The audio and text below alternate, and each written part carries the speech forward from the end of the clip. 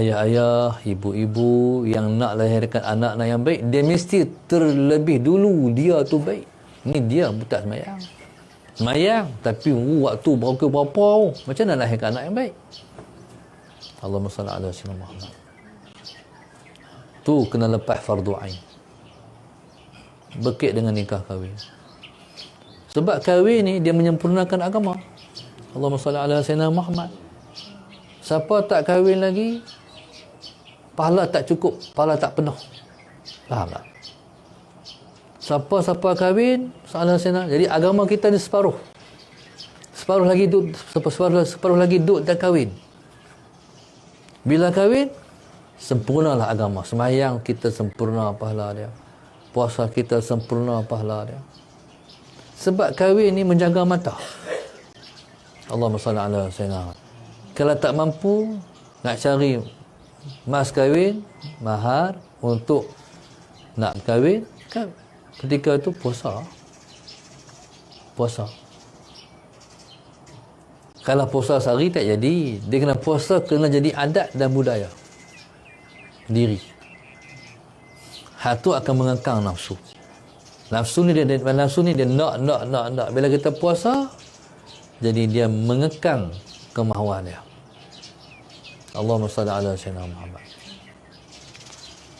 Baik, tu tujuan perkahwinan. Nak jaga mata.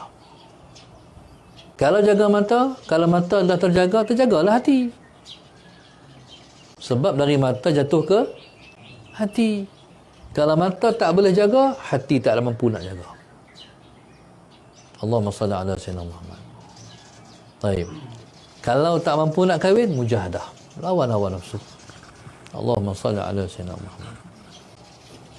Lepas tu, bila kita baik, barulah kita boleh membaikkan anak. Barulah zuriat kita tu, bila kita baik, diri kita baik, maka daripada kita tu semua akan menitis titisan yang baik. Allahumma salli ala sayyidina. Jadi kita, benih kita ni ialah benih kita. Benih orang lelaki-lelaki. Waktu itulah barulah dia turun yang baik. Baik, makan jadi apa?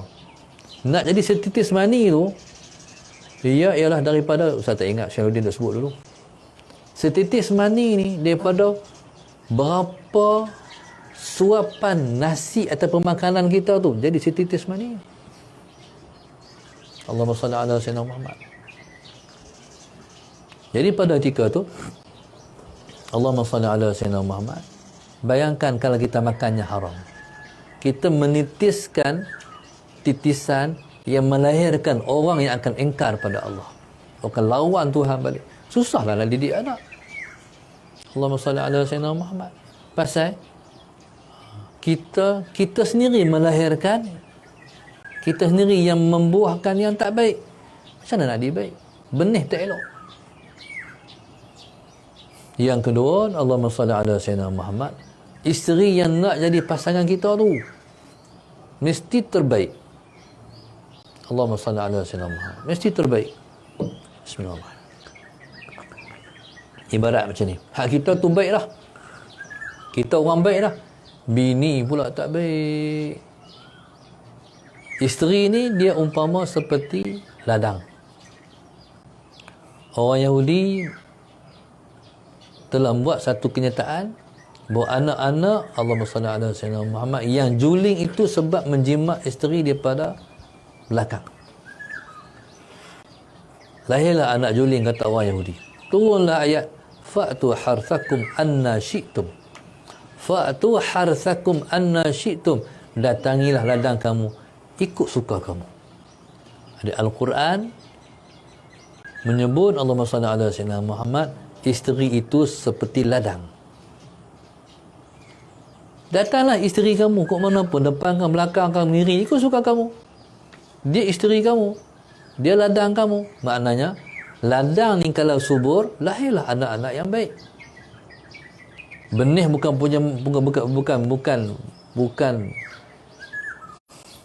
main lagi. Import daripada Australia, balik mai lempak di tanah gersang, tak tumbuh apa. No, masalah Sayyidina Muhammad. Sebab itu pilihan kita ialah Allahumma salli ala Sayyidina Muhammad yang ada agama. Orang pilih isteri ni, Nabi kata 4. Ada yang pilih isteri sebab cantik. Ada yang pilih isteri sebab keturunan elok. Ada orang pilih isteri sebab harta dia banyak. Ada orang pilih isteri sebab agama dia baik. Maka Nabi kata, fazfar bidzatid din, pilihlah yang ada agama. Taribas yadaka, engkau untung, kata Rasulullah. Tapi ada orang salah faham, dia tak sebut fazfar bidzatid din, dia sebut fazfar bidzatid dain. Pilihlah yang ada hutang. Apa? PTPTN tu kaya mereka harap PTPTN. Jadi sebenarnya fazfar bidzatid din, pilih yang ada agama. Bukan pilih siapa yang ada hutang. Allah SWT.